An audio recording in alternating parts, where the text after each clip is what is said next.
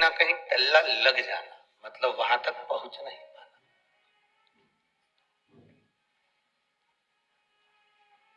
और जब भगवान की भक्ति में कहीं ये विचार करिएगा, जब हम भगवान की कथा तक ना पहुंच पाए, भगवान के भजन तक ना पहुंच पाए, भगवान के मंदिर तक ना पहुंच पाए, भगवत स्मरण तक ना पहुंच पाए, भगवत कीर्तन तक ना पहुंच पाए, तो ये मन में विचार करिएगा कि हमारा पाप कर्म हमको टल्ला मार रहा है, हमारा पाप कर्म हमको वहां तक जाने नहीं दे रहा, हमारा पाप कर्म हमें भगवान की अविरल भक्ति की ओर पहुंचने नहीं दे रहा है। कितना सुंदर भाव कहा है महाराज, बहुत सुंदर एक भाव व्यक्त करा है कि हमको तीर्थ जाने की जरूरत नहीं पड़ती, हमको मंदिर देवालय जाने की जरूरत नहीं पड़ती। मत जाओ आप तीर्थ, मत जाओ आप किसी सरोवर में स्नान करने के लिए, मत जाओ आप किसी कुंड पर स्नान करने के लिए, मत जाओ आप कहीं नदी में स्नान करने के लिए। आप तो भगवान की भक्ति में जब डूब जाओ, शंकर की भक्ति में जब डूब जाओ, राम और कृष्ण की भक्ति में जब डूब जाओ, जब आप भगवान के मंदिर जाना प्रारंभ कर दोगे, सत्संग में जाना प्रारंभ कर दोगे, भगवान की कथा में डूबना प्रारंभ कर दोगे, तो जितने हमारी पृथ्वी पर तीर्थ हैं, जितनी सुंदर सरोवर, नदियां, कुंड, बावड़ी, तालाब, झील जितनी भी हैं, ये आप जब भगवान के पास जाना चालू कर दोगे तो ये तीर्थ अपने आप आपको खींच कर अपनी ओर बुला लेंगे, आपको जाने की जरूरत नहीं पड़ेगी, ये खुद खींचेंगे।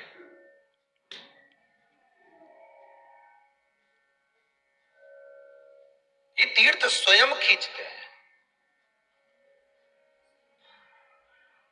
अच्छा, कई बार आपके मन में एक भाव उत्पन्न होता होगा, जितने लोग आस्था चैनल पर कथा सुन रहे हैं, जितने फेसबुक यूट्यूब पर श्रवण कर रहे हो, और जितने अपने घरों पर बैठकर इस पावन कथा को ऑनलाइन श्रवण कर रहे हो, तो आपके मन में एक विचार उत्पन्न होता होगा कि ये इतने सारे साधु सन्यासी तपस्वी साधक उपासक महंत संत, ये इतने सारे कुंभ के मेले में आ जाते, बाकी के तो दिखते ही नहीं है, कहाँ चले जाते हैं।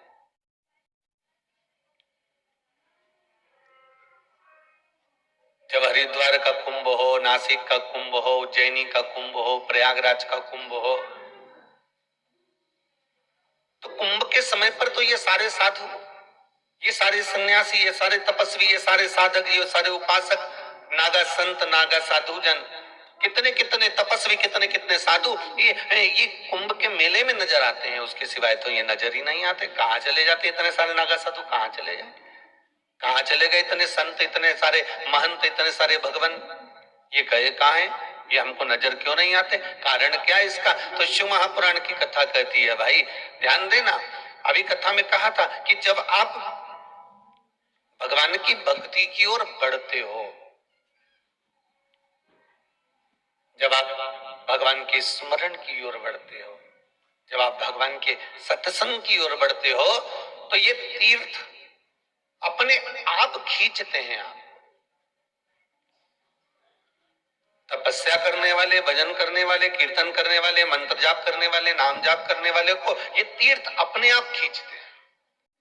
आपको जाने की जरूरत नहीं पड़ेगी, आपको स्वयं तीर्थ खींचेगा, आपको स्वयं वृंदावन खींचेगा। आप भगवान की भक्ति में डूब जाओ, जैसे मीरा भगवान गोपाला की भक्ति में, गिरधर गोपाल की भक्ति में डूब जाती थी, तो वृंदावन की रज स्वयं मीरा को खींच लेती थी। तुलसी बाबा जब राम की भक्ति में डूब जाते थे, तो अयोध्या की रज स्वयं राम जी को खींच लेती थी। सूरदास जी जब भगवान कृष्ण की भक्ति में डूब जाते थे, तब ब्रज की रज स्वयं सूरदास जी को खींच लेती थी। और शिव का जो भक्त होता है, शंकर का जो उपासक होता है, शिव भक्ति में डूबने वाला जो होता है, शंकर के भक्ति में जो डूबने वाला होता है, शिव स्मरण में जो डूबने वाला होता है, उसको मेरे महाकाल बाबा, मेरे विश्वनाथ जी, मेरे सोमनाथ जी, मेरे मल्लिकार्जुन, मेरे भीमाशंकर, मेरे केदारनाथ, ये स्वयं खींच लेते हैं।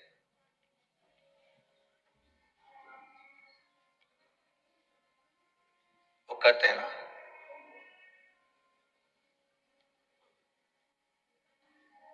प्रभु का नाम लेने से तेरी क्या जीभ घिसती है,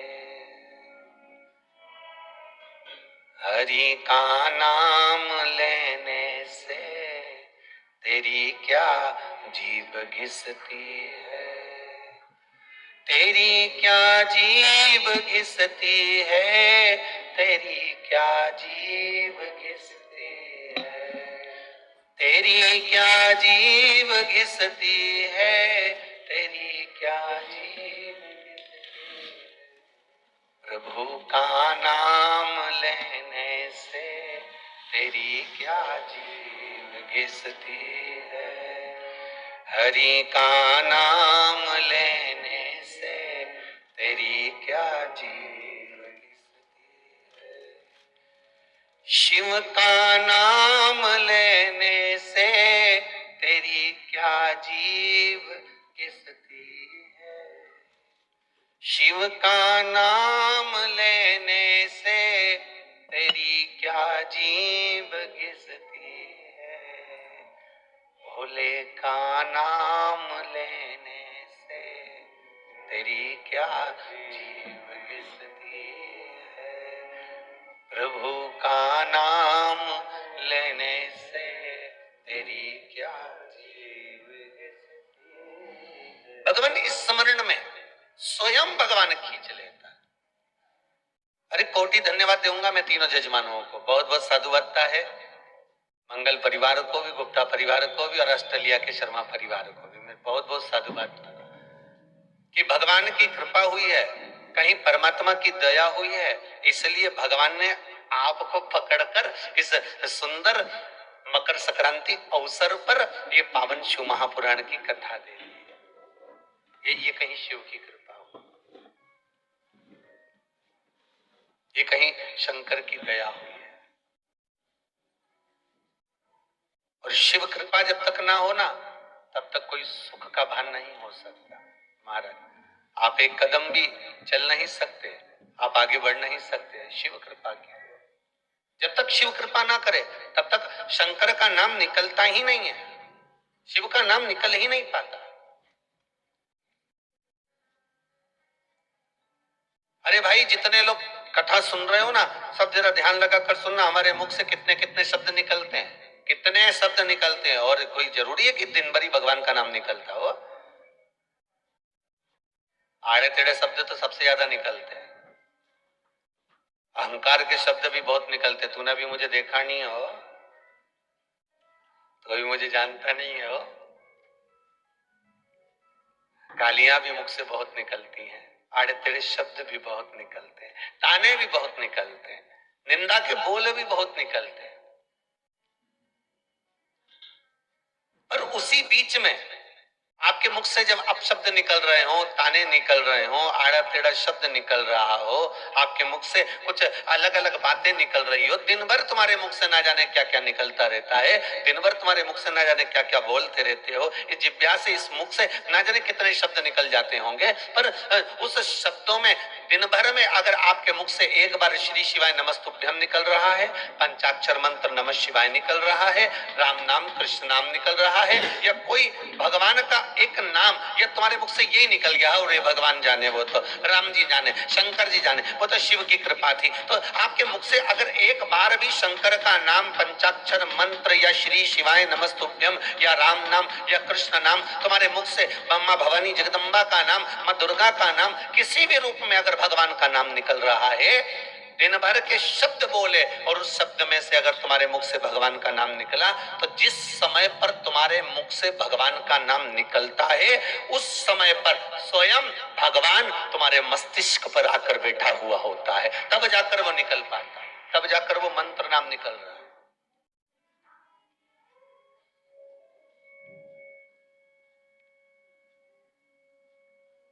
अब दिन भर में आपके मुख से जितनी बार भी शिव का नाम निकले, राम नाम निकले, कृष्ण नाम निकले, शिव नाम निकले, कृष्ण नाम निकले, समझ लेना उस समय पर वो भगवान तुम्हारे जीवान पर, कंठ पर, तुम्हारे मस्तिष्क पर, तुम्हारे सम्मुख में है, तुम्हारे सम्मुख।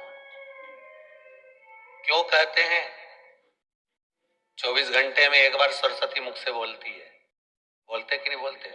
हमारे यहाँ हमारी माता जी कहती है, तो आपकी भी माता जी ने कहा होगा, अच्छा बोला कर, 24 घंटे में एक बार सरस्वती मुख से निकलती है, भजन करा करो, स्मरण करा करो। क्यों कहते हैं कि 24 घंटे में एक बार मुख से सरस्वती निकलती है, मतलब ये पक्का है कि हमारे मुख से 24 घंटे में एक बार तो कहीं भगवान का नाम निकलता होगा, और भगवान का नाम निकलता होगा तो उस समय पर भगवान हमारे मस्तिष्क पर, हमारे कंठ पर, हमारी जिह्वा पर बैठा हुआ होता होगा।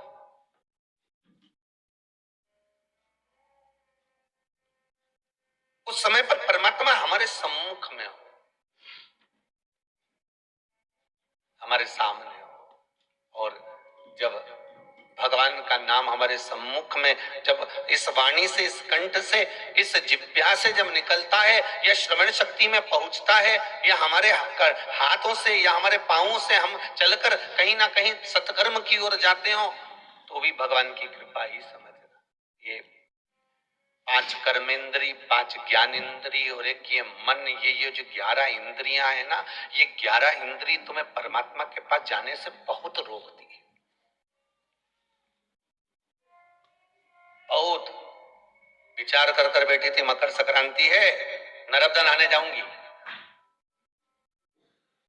गंगा जी नहाने जाऊंगी मकर संक्रांति पर, पास में मेरे सरयू जी है ना, उनको नहाने जाऊंगी मैं, यमुना जी है उसमें नहाने जाऊंगी मैं, मंदाकिनी है उसमें नहाने जाऊंगी, सरस्वती है उसमें नहाने जाऊंगी, नर्मदा है उसमें नहाने जाऊं। तुमने विचार कर लिया, तुमने तो विचार कर लिया, क्योंकि मन विचार कर लेता है। और ये बाकी की जो इंद्रियां हैं, 5 कर्मेंद्री, 5 ज्ञानेंद्री, तुमने तो मन बना लिया कि मुझे कथा में जाना है, मुझे सत्संग में जाना है, मुझे स्नान करने जाना है, मुझे भगवत के भजन में जाना है, मुझे नाम स्मरण में पहुंचना है। तुमने तो विचार कर लिया, पर वो इंद्रियां तो तुम्हें खींच के ले जाए पहले।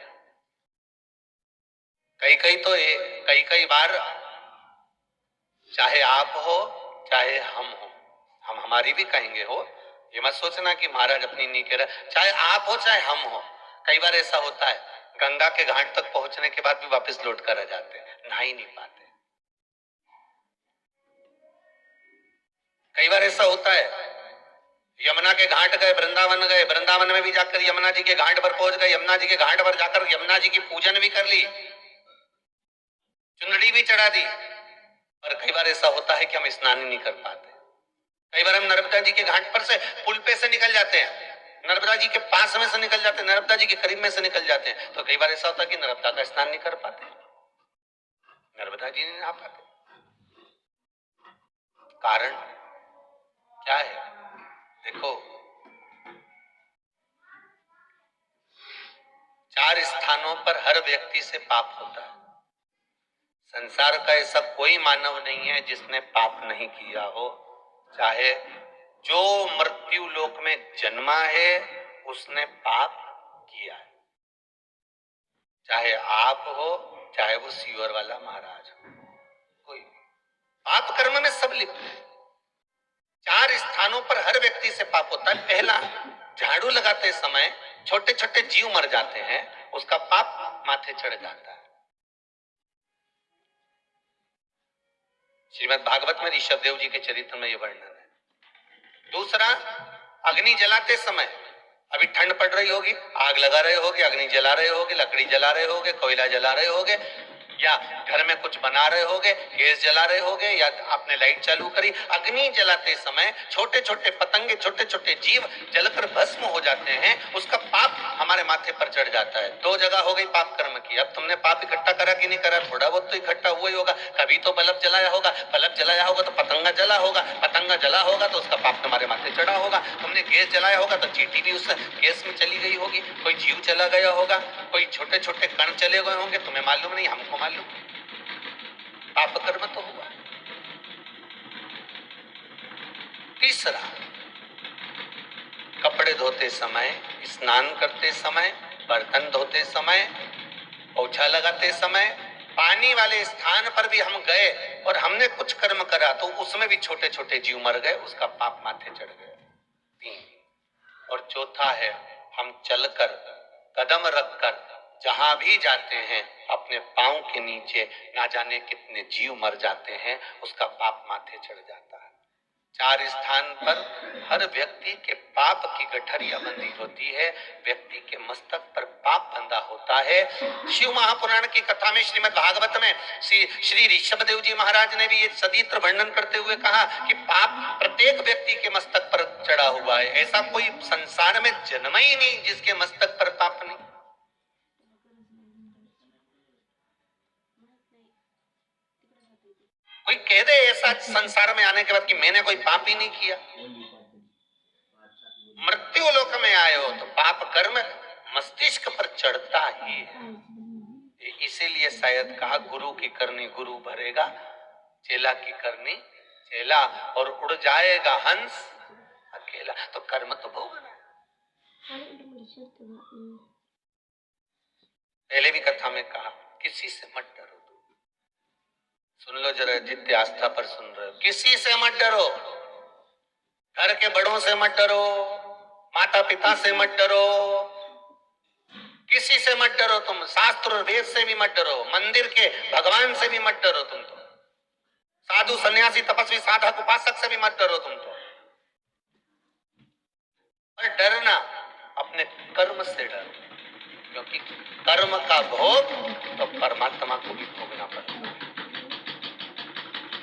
आप डरो मत किसी से, पर कर्म से डरो ना कि हम क्या कर्म कर रहे हैं, हम कितना झूठ, हम कितना प्रपंच, हम कितना छल, हम कितनी बेईमानी, हम किस ओर जा रहे हैं। मत बुरे कर्म कर बंदे वरना पछताएगा, भगवान की आंखों से तू बच नहीं पाएगा, तू बच नहीं पाएगा। अरे ओ अज्ञानी मत करना दानी। कर्म का भोग तो हमें भोगना है। मां जानकी जी ने एक चिड़िया को कैद में रखा तो जानकी जी को कैद में जाना पड़ा। राम जी ने छुपकर बाली को मारा था, उस बाली ने कृष्ण अवतार में छुपकर भगवान कृष्ण के चरण में बाण मारा था। कर्म का भाग है, भोगना तो पड़ेगा। उस जन्म में नहीं भोगे तो दूसरे जन्म में भोगोगे, दूसरे जन्म में नहीं भोगे तो तीसरे जन्म में भोगोगे, पर भोगना तो पड़ेगा। कई लोग कहते हैं गुरुजी इतनी बड़ी बीमारी हो गई, बड़ी तकलीफ हो गई, इतनी बड़े रोग आ गया, इतनी बीमारी आ गई, ना तो मैं बाजार में कुछ खाती, ना कहीं मैं जाती, और ना मैंने किसी के यहाँ दिल दुखाया। गुरुजी इसके बाद भी इतनी बड़ी बीमारी, इतना बड़ा रोग आ गया। जांच गई मुंबई, डॉक्टर ने कह दिया ऐसा हो गया। बताओ अब मैंने किस कत्ता बिगाड़ा। अब हम भी बोले जी जी तूने कुछ नहीं बिगाड़ा, पर पूर्व में जो कर दिया है, पूर्व में जो करा है उसको कौन।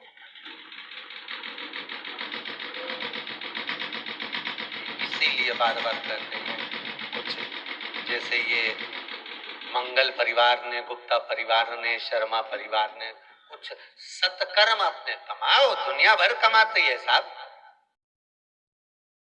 दुकान खोली है तो कमाने के लिए खोली है, फैक्ट्री डाली है तो कमाने के लिए डाली है।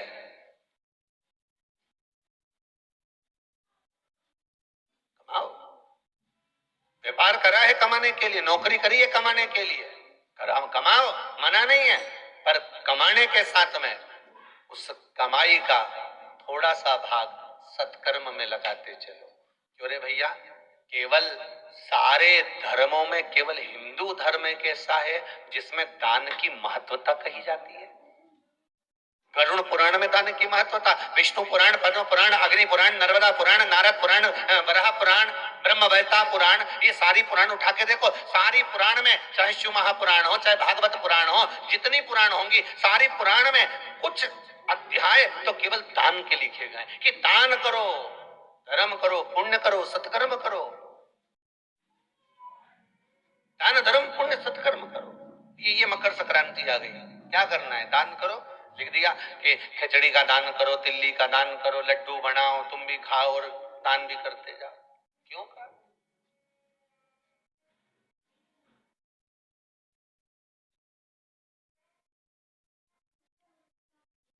धर्म करते चलो। बस केवल एक ये हिंदू धर्म में लिख दिया कि दान की महत्वता है, दान करना है, सत्कर्म, कमाना भी है, परिवार को चलाना भी है, और कमाते कमाते उसमें जो पूंजी हमारे पास में आए, हमने जैसे एकत्रित करा, उसमें से थोड़ा सा पुण्य भाग दिया। उसी तरह हमारे जो ये 21,600 श्वास प्रतिदिन जो निकल रही है, इन 21,600 श्वास के आकलन में थोड़ा सा शिव नाम, थोड़ा सा प्रभु का नाम, थोड़ा सा भगवान का नाम लेते चलिए।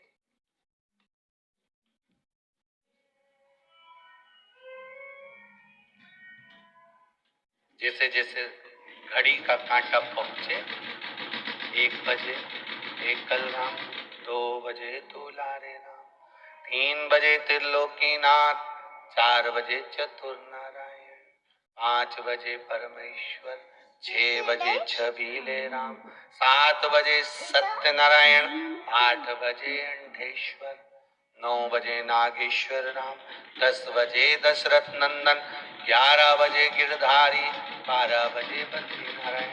घड़ी का कांटा पूरा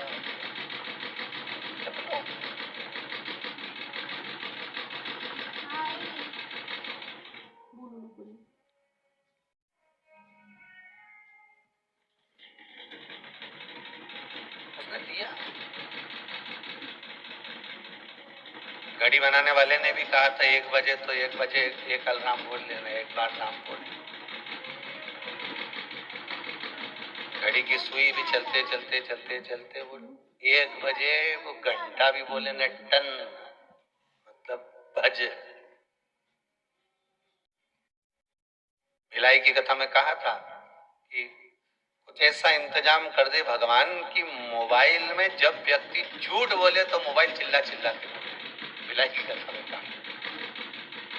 अब एक मशीन ऐसी आना चाहिए कि घड़ी में जैसे ही 1 बजे जितने लोग बैठे उसी समय वो 1 बजे चिल्ला कर बोल दे, राम बोल ले, शिव बोल ले, कृष्ण बोल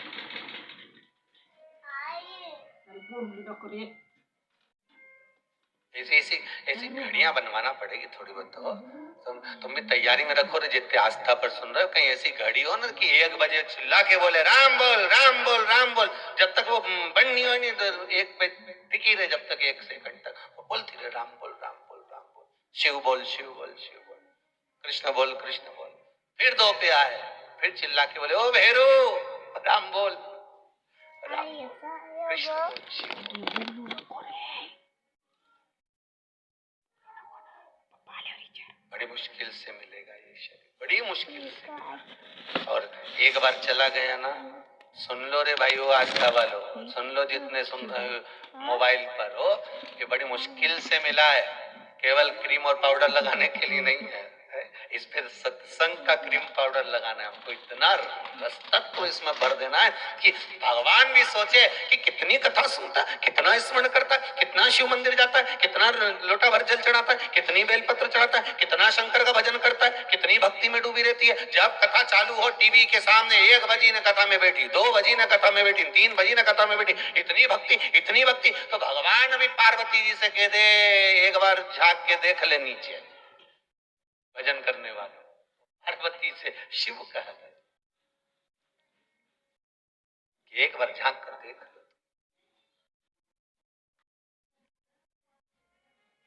और सत्य कहे ना तो प्रत्येक सोमवार को शिव मंदिरों का जो नजारा होता है ना, वो देखने लायक होता है। प्रत्येक सोमवार को शिव मंदिरों में जो दीप लगाए जाते हैं, पशुपति व्रत के 5-5 दिए जब माताएं लेकर जाती है, सवेरे थाली सजाकर लेकर जाती है, पूजन करने जाती है, शाम को फिर पूजन की थाली लेकर जावे और भगवान के सामने जब दीप प्रकट करती है तो वो नजारा देखने के लिए होता है। उसका एक आनंद ही दूसरा, उसका एक आनंद ही शंभु शरणे पड़ी मांगू घड़ी रे दुख का दया करी ने दर्शन आओ, दया करी ने दर्शन आओ। भगवान शिव की कथा कहती है, आपका सत्संग, आपका भजन प्रबल।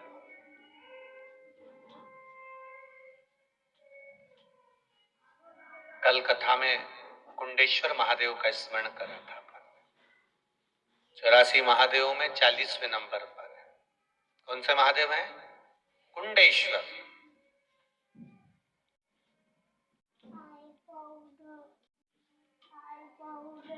क्या देते हैं वो? कुंडेश्वर महादेव का स्मरण करने पर क्या मिल जाता है, क्या प्रदान करते हैं वो, क्या क्या दे सकते हैं वो? तो कहा कुंडेश्वर महादेव जीवन की प्रसन्नता प्रदान करते हैं। शिव बाबा की कथा में, कल कथा में कहा था, 2 जगह पर मेरे शंकर के चेहरे पर स्माइल आ जाती है, मेरा शंकर मुस्कुराने लगता है। 2 जगह, 2 जगह पर मेरे शिव, मेरे ओगड़दानी, मेरे त्रिकालदर्शी, मेरे शंकर 2 जगह पर मुस्कुरा देते हैं। एक कुंडेश्वर महादेव के स्थान पर चंदन वन में, महाकाल वन में, और दूसरा नंदन वन में, काशी में, ज्ञान बापी।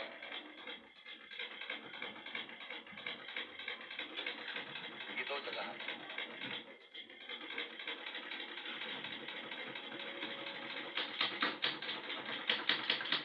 एक बार स्कंद पुराण, काशी खंड, अभिमुक्तेश्वर, विश्वेश्वर और ज्ञान बापी, तीनों का बहुत ध्यान देना। ज्ञान बापी काशी में, काशी विश्वनाथ के पास वापिस मेरे शंकर के पास आ गई। 352 साल के बाद मिली है ज्ञान बापी वापिस। इसलिए कल कथा में कहा था कि खुशियां मनाना चाहिए कि वो ज्ञान बापी वापिस शिव जी को प्राप्त हो। जिसका लेख स्कंद पुराण में है, मत्स्य पुराण में है, वो ज्ञान बापी हमें महाराज देवाधिदेव महादेव एक बार माता पार्वती जी को नंदनवन घुमाने के लिए लेकर शिव महापुराण अशोक सुंदरी का जन्म, वो जन्म के समय पर ज्ञानवापी की महत्वता का दर्शन कराया है। मेरे देवाधिदेव महादेव, मेरे शंभो माता पार्वती को आज नंदनवन लेकर जा रहे हैं। नंदनवन चलो पार्वती जी, भ्रमण के लिए चलते हैं, चलो पार्वती जी। और बहुत बहुत ध्यान देना महाराज जी, शिव के धाम में, शंकर के दरवाजे पर, परमात्मा की चौखट में, शिव महापुराण में अगर आप पहुंचे हो, भगवान शंकर के दरवाजे पर पहुंचे हो, या आस्था चैनल पर या मोबाइल पर भी शिव पुराण की कथा सुन रहे हो, तो समझना कि हमारे पाप ना जाने कितने छिन्न हो गए होंगे, हमारे पाप ना जाने कितने समाप्त हो गए होंगे, तब जाकर हमें भगवान की ये कथा प्राप्त होगी।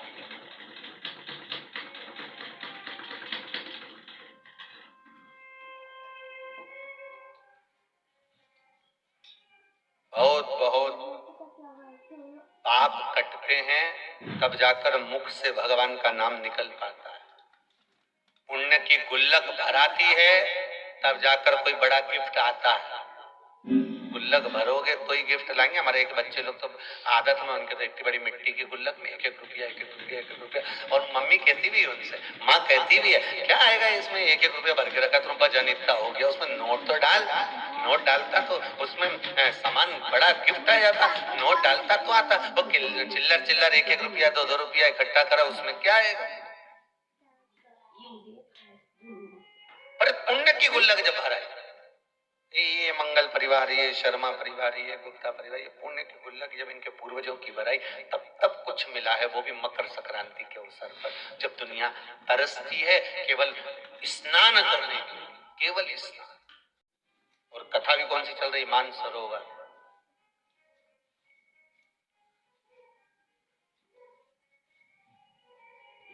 मिला उसने, और सही है बिल्कुल।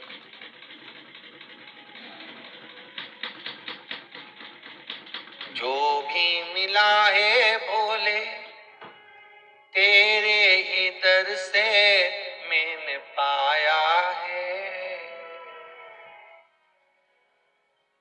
जो भी मिला है भोले तेरे ही दर से मैंने पाया है, मैंने पाया है। मानव की देह मिली है तेरा ही नाम मैंने गाया है, मैंने गाया। डम डम तेरा डमरू बाजे, आप मेरे हैं भागे भोले, तू मिल गया है शंभो, तू मिल गया है। कभी काशी में कभी उज्जैनी, मन में राहे लागे भोला मेरा मिल ही गया है, भोला मेरा मिल ही गया। भगवान शिव प्राप्त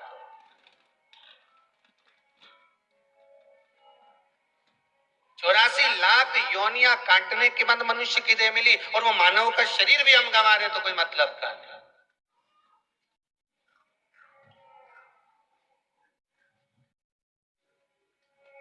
बड़ी मुश्किल से मिला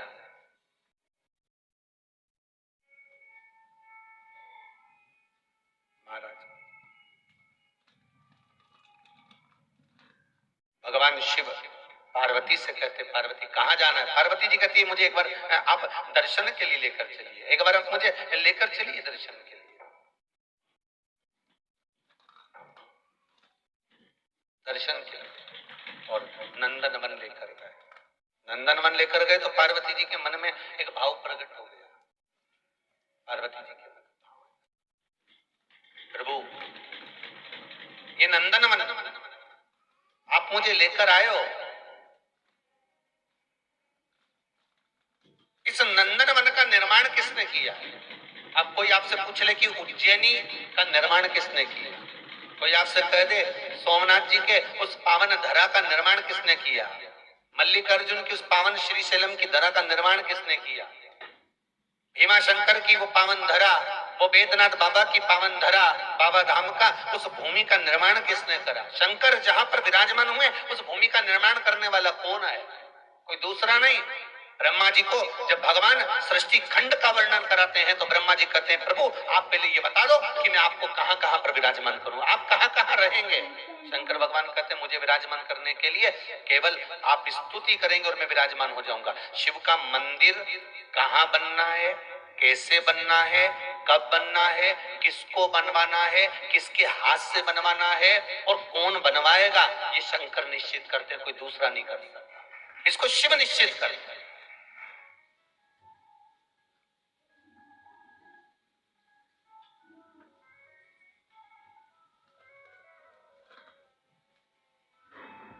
इसको कोई दूसरा निश्चित नहीं करता, इसको शिव निश्चित करता है।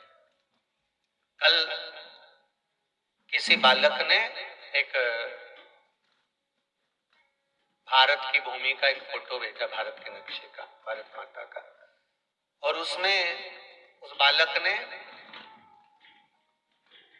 केदारनाथ जी से एक सर्कल बनाना प्रारंभ करा कि 12 ज्योतिर्लिंग जहां जहां पर है, उस सर्कल को बनाते बनाते बनाते बनाते बनाते बनाते पूरे भारत की भूमि पे से केदारनाथ जी से उत्तराखंड से चालू हुआ, विश्वनाथ पर गया, फिर नीचे गया, फिर रामेश्वर होता हुआ, फिर इधर इधर घूमता घूमता वो सर्कल बनाता बनाता बनाता फिर मल्लिकार्जुन की जगह पर आया, भीमा शंकर की जगह पर आया, वेदनाथ जी की जगह पर आए, की जगह पर महाकाल जी आए। ऐसा पूरा राउंड बनाते बनाते जलेबी जैसा बनाते बनाते आखिरी में उसने एक बिंदु लाकर छोड़ दिया कुबेरेश्वर धाम में। क्योंकि भारत की भूमि पर मध्य में है मध्य प्रदेश और मध्य प्रदेश के भी मध्य में है सीहोर।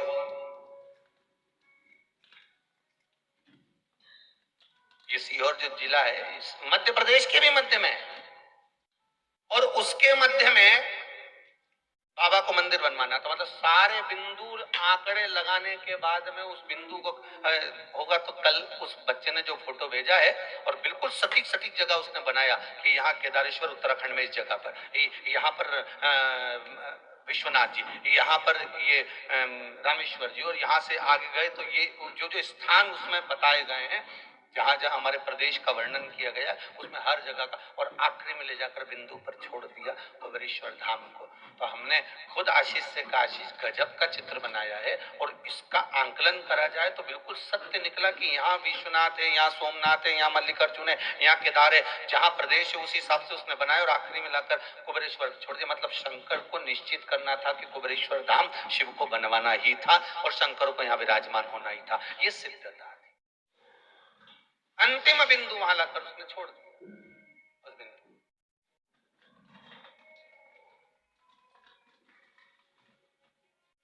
शिव कथा चल रही है। देखिए कितनी कृपा होगी, जरा अंदाजा लगाइए। कथा के यजमान थे मंगल परिवार, गुप्ता परिवार, पर आदरणीय पंडित जी ने फोन करा आशीष जी के पास में, पहुंच गया तो फोन पर पंडित जी बोले कि हमारे यजमान हैं और ब्राह्मण परिवार है, ऑस्ट्रेलिया निवास है, उनका परिवार शिव महापुराण की कथा करवाना चाहता है, पर उनका मन है शीघ्र करवाएं और कोई कथा हो तो उसमें हम भी शामिल हो जाएं। देखो बाबा, अब इससे अंदाजा लगाना कि बाबा को कराना था,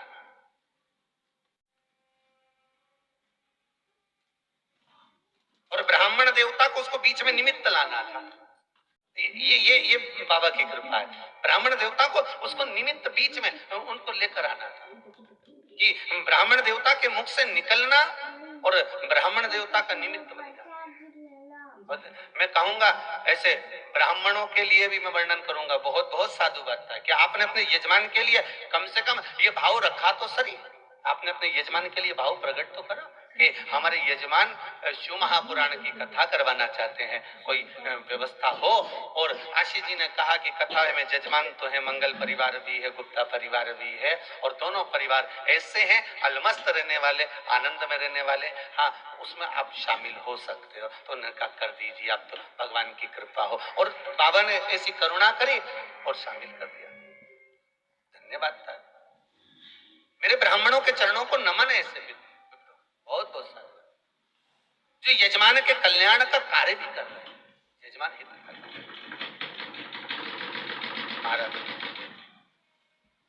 पर कहीं शिव की कृपा थी, शंकर को उसमें सम्मिलित बनवाना है शिव को।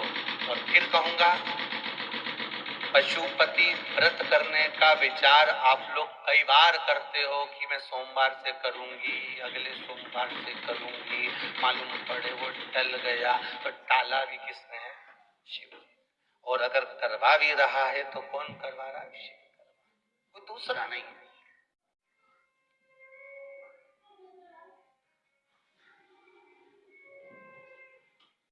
अब संपूर्ण अपना भार शिव को दे दो, भगवान को दे दो। जैसे मैं विचार करना कि पांडवों के जीवन में कितना कितना दुख आया होगा। जो पांडव बचपन में पैदा हुए और मालूम पड़ा उनको जहर दे दिया, जहर दे के समुद्र में पटक दिया भीम को। जरा विचार करिए, शादी हो गई, धर्म पत्नी आ गई द्रौपदी, कितना दुख मिला होगा, 5 पतियों की पत्नी बनना पड़ा। और बच्चा कुचा था तो वनवास हो गया, घूमते रहो। और बच्चा कुचा था तो उस द्रौपदी के चीर को खींचा गया। और बच्चा कुचा था तो लाक्षागृह में आग लगवा दी। और बच्चा कुचा था उन पांडवों के जीवन में तो उनके 5 पुत्र सोए हुए थे, उनको तलवार से कटवा दिया। उसके बाद भी द्रौपदी के सामने अश्वत्थामा खड़ा हुआ है और भीम करा मार दे द्रौपदी, और द्रौपदी के मुख से शब्द निकलता है, इसको मैं नहीं मारूंगी, मारने वाला तो मेरा द्वारका नाथ बैठा है। जवाब अपने को नहीं देना, अब शब्द अपने को नहीं कहना, आड़ा टेढ़ा बोल अपने को नहीं बोलना, बोलने वाला तो वो बैठा हुआ है, नहीं मारूंगी।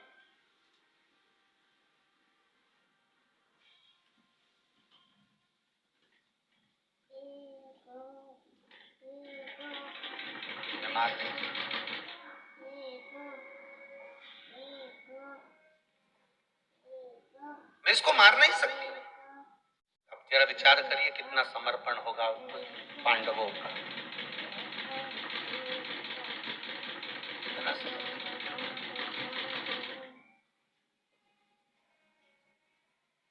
पूर्ण समर्पण। भगवान दया, हे शिव, कितना कितना विश्वास, सारा विश्वास भगवान पर छोड़ दिया। अब वो तारेगा, वही मारेगा, कोई दूसरा नहीं,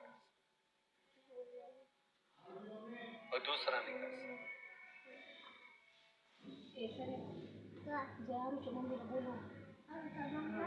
कोई दूसरा नहीं कर सकता। अब शिव जैसा कराए, शंकर जैसा रखे वैसा मारे।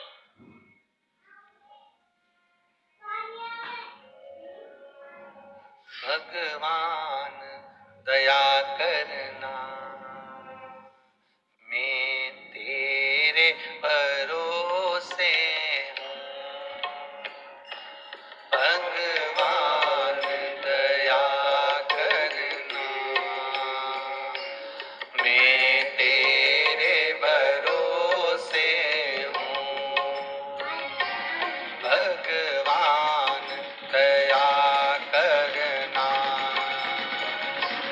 मैं तेरे भरोसे हूँ। सब गाइए। भगवान दया करना, मैं तेरे भरोसे हूँ। भगवान दया करना, मैं तेरे भरोसे हूँ। भगवान दया करेगा। जैसे द्रौपदी भगवान पर भरोसा करी, वैसे आपका भरोसे।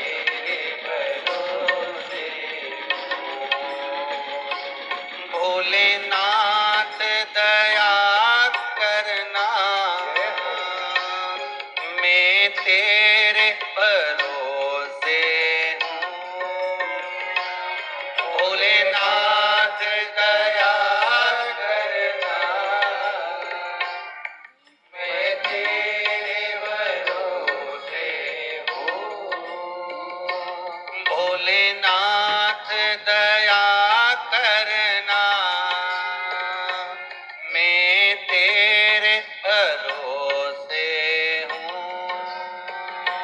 भोलेनाथ दया करना, शंभो मैं तेरे भरोसे हूँ। महाकाल दया करना, मैं तेरे भरोसे हूँ। महाकाल दया करना, कालाधिपति महाकाल, मैं तेरे भरोसे हूँ। ओ घर के अंदर भगवत भजन करो, स्मरण करो, कीर्तन करो। कौन कहता? हम फिर निवेदन करेंगे, अपने घर में रहकर शिव महापुराण की कथा सुनो, मत आओ कुबेरेश्वर धाम अभी। किसी ने कहा गुरु